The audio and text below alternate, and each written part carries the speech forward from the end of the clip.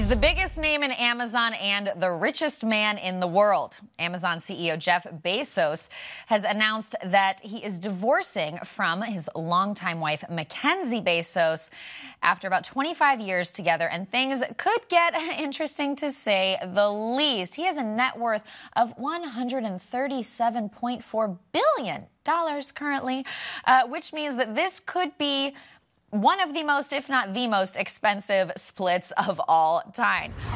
Joining me now is litigation attorney Richard Roth from the Roth Law Firm to break down how a divorce like this could possibly go. Richard, thank you so much for being with us. So, reportedly, according to some outlets, these two did not have a prenup. They've been married for a long time. Can you kind of walk me through who could end up with what and how will that get decided? Because divorce can sometimes be confusing when we're talking about it on a nationwide scale because things can differ state to state, right? Yeah, it is somewhat confusing, but the bottom line in most states, whether you're a community property state or an equitable distribution state, Washington, where they reside, happens to be a community property state. What happens is the assets acquired during the marriage are divided in half. So if Jeff Bezos is worth $137.4 billion, then what happens is half of that, $66 billion, would conceivably go to the wife. The problem with that in his situation is that it's not all liquid.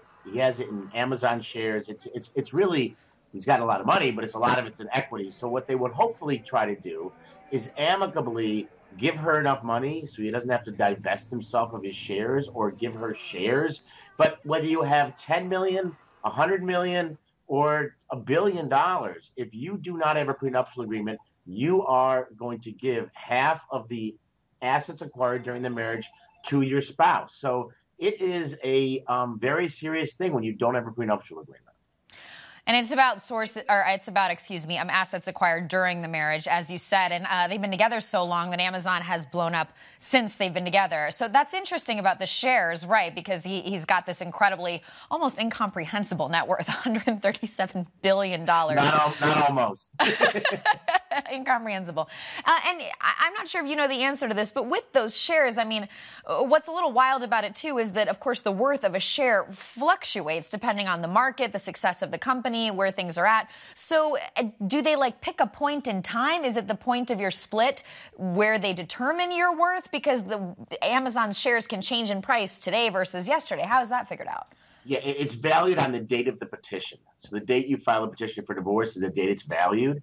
And what you try to do is, if it's amicable, then you try to say, listen, I'm not going to take half of your net worth, but I want enough to be able to survive and to be myself independently wealthy. So what will happen in this instance, the reports are that it's going to be an amicable divorce. So they will work together and he will make sure she's taken care of, and she will make sure, hopefully, she does not impinge too much on his assets. However, if it were not to be amicable, she does have a right to $66 million, be it through equity, be it through some derivatives, or be it through cash.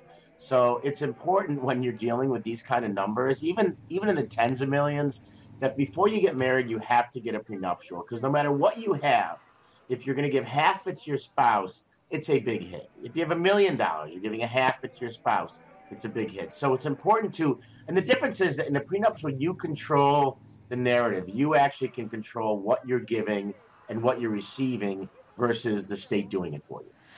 Interesting. And Richard, I just want to give our audience a little more of our context and reporting here. So I think eyebrows were raised. We just saw a lot of B-roll of Jeff Bezos and his wife Mackenzie on red carpets. After the Golden Globes, he posed at Amazon's after party alone. And so that might have kind of raised the question. Then him and Mackenzie released this statement this week saying, we are splitting. It's amicable. We remain cherished friends. They have kids together.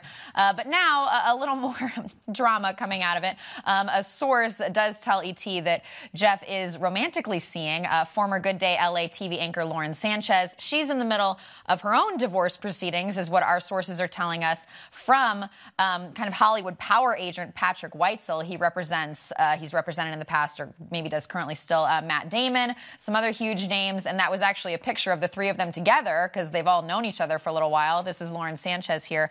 Is there any possibility of these different relationships and connections affecting the divorce proceedings? There is. Listen, even though the if you will, narrative to the public is that it's amicable. It is a divorce. There is actually a split up of two people. It is a termination of a relationship.